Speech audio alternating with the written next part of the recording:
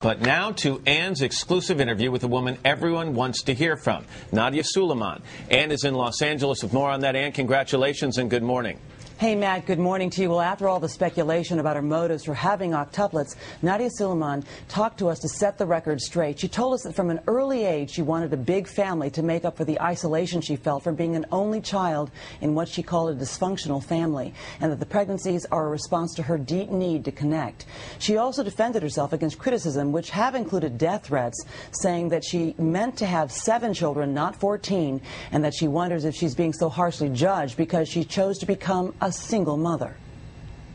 People feel, this woman is being completely irresponsible and selfish to bring these children in the world. All I have to say without a clear source of income and enough help to raise them. I know I'll be able to afford them when I'm done with my schooling.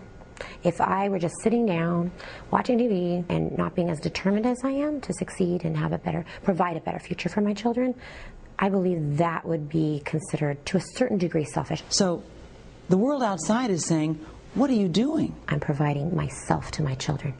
I'm loving them unconditionally, accepting them unconditionally. Everything I do, I'll stop my life for them and be present with them and hold them and be with them. And how many parents do that? I'm sure there are many that do, but many don't. And that's unfortunate. And that is selfish. Did you use the same fertility specialist for all of your pregnancies? Yes. So your fertility specialist knew that you already had 6 children? Yes. How many embryos were you implanted with? The same as with the others, 6. Did he explain to you the risks of a multiple birth? With all of them. Absolutely, with all of them. You didn't want just 1 or 2 embryos? Of course not. I wanted them all transferred. Those are my children.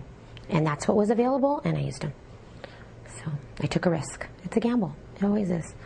And a lot of couples, usually it's couples, do undergo this procedure, and it's not as controversial because they're couples, so it's more acceptable to society.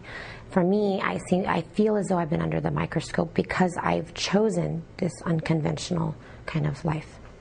I didn't intend on it being unconventional, it turned out to be. All I wanted was children. I wanted to be a mom. That's all I ever wanted in my life. I love my children. And you knew that you were not going to selectively reduce. Oh, no. Sometimes when we have that dream and that passion and we take risks. And I did. And it turned out perfectly. She said the fertility specialist implanted 6 embryos, 2 of which resulted in twins, and that's about the same number as you just heard in all of her pregnancies because of her specific fertility challenges.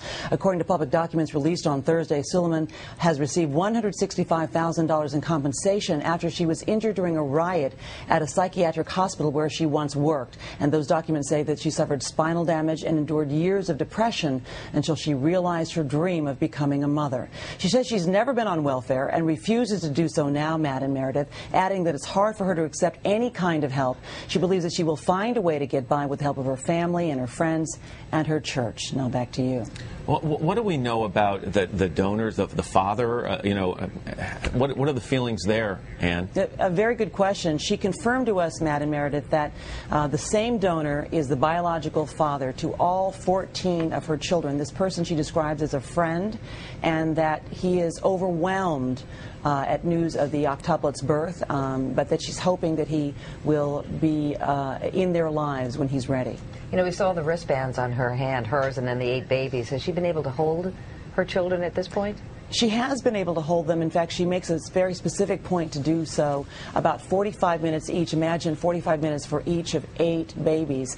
But she's doing that because it's known that this helps the babies, it helps fosters growth, and especially for the smallest one, born at 1.5 pounds, she specifically is holding that baby the longest. And can I just go back to the financial side of this for a second? She says that when she's finished her schooling, she knows she'll be able to support them, but in the near term, immediately, how are these children going to be cared for in terms of the financial cost that it will take? She's trying to figure that out. I think it's fair to say that it's all hit her. She's trying to figure out. She's worried about how she's going to be able to pay for all of it. But she believes that even though it's difficult to accept help, that her family and her friends and her church will step up. But in the fall, she actually plans to go back to college, where she is pursuing a master's degree in counseling, and she's hoping that with student loans that will help her in that way.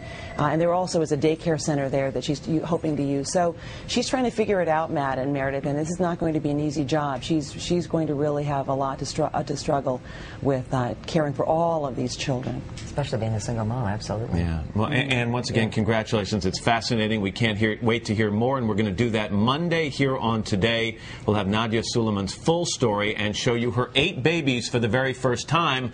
Then on Tuesday, a special Dateline. How are her other 6 children feeling about their new brothers and sisters? We're going to hear from them Tuesday on Dateline. That's at 10, 9 Eastern, or 9 Central Time here on NBC. Fascinating stuff.